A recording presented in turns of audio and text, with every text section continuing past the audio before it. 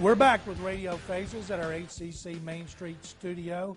This is where Indy and I make the call. Let's start with a big game Thursday night. Two former Super Bowl champions, New Orleans and Green Bay. Who do you like? When you say big, it doesn't get bigger than this. You're talking about two of the top 5 quarterbacks going against each other. I have to go with Green Bay and give them the home field advantage on this one. A lot of people are picking New Orleans to upset Green Bay and go to the Super Bowl for the second time in 2 years, but no way I'll pick against the Packers at Lambeau.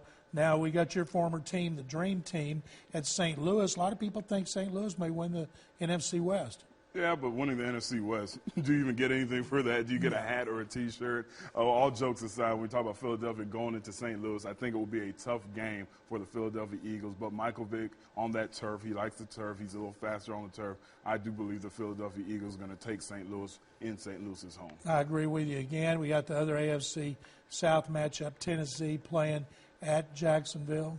It's a big game because there's going to be big implications when you're talking about getting into the playoffs. You have to win your division games, and you have a division game right off the bat in the AFC South. Tennessee, Jacksonville, right now they're projected to be the last 2 teams in the division. When it's all said and done, I believe when you have an experienced quarterback, that's going to lead Jacksonville over Tennessee.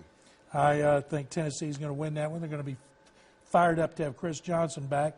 Now, your second team, the Redskins, playing the Giants, what do you think? Giants. No explanation needed. The Redskins right now, even though they won't say it, they seem to be a team that's rebuilding. And I understand they can surprise people with the zone blocking system and the 2 running backs that they've used in the preseason.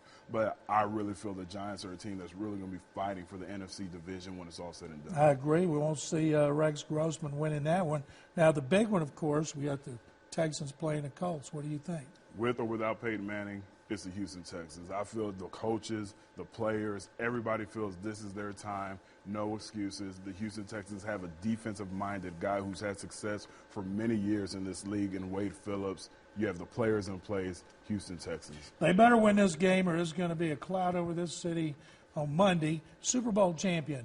Oh, we're going to go Super Bowl. I'm glad you asked because I have been thinking about it. But when you talk about the Super Bowl, you have to bring in New England. I don't care what you say. They've done it too many times. The dynasty's over. Bill Belichick, I believe, is the finest coach in the league. Tom Brady, how can you argue with what he does? With the addition of Ocho Cinco and Hainsworth, if he can get his mind right, New England's going to be a team that's going to make it to the playoffs, make it to the Super Bowl. When they get to the Super Bowl, they're going to be playing the Green Bay Packers. When it's all said and done and the smoke clears, Tom Brady's going to be putting another Super Bowl ring on his finger. Well, I'm going with their arch rival, the Jets. Been 1 game shy of the last 2 years. I think this is the year they do it. I'm taking the Jets over the Falcons. Wow. Now, my MVP, I'm going with Aaron Rodgers of the Packers. Who do you think? I've already mentioned him. I don't want to keep mentioning him, but Tom Brady, if they make it to the Super Bowl like I feel they will, if they win the Super Bowl with Ocho Cinco there, with Bill Belichick, with that offensive line in place to protect him, Tom Brady's set to have another MVP-type season. Your offensive rookie of the year? Offensive, got to go with Mark Ingram. That's a guy that you could just implement into the system, and he's going to have success. I have a feeling they're going to play him a lot in the red zone, so he'll have a high touchdown total, and he's going to end up winning that award. I think Mark Ingram's a great pick, but the Saints didn't trade. They traded a pick to get back into the first round to get him, but I'm still going with Julio Jones at Atlanta. I think they're going to throw him the ball in the red zone a whole lot. He's a great target, takes the pressure off of Roddy White and the running game with Michael Turner. They were 13-3 last year without him, and I think he might just help them get over the precipice. And that's why I have the Falcons going to the Super Bowl. Now, who's your defensive rookie of the year? Cornerback Patrick Peterson. There was an injury to the veteran that was starting in front of him, so he's going to be starting from day one.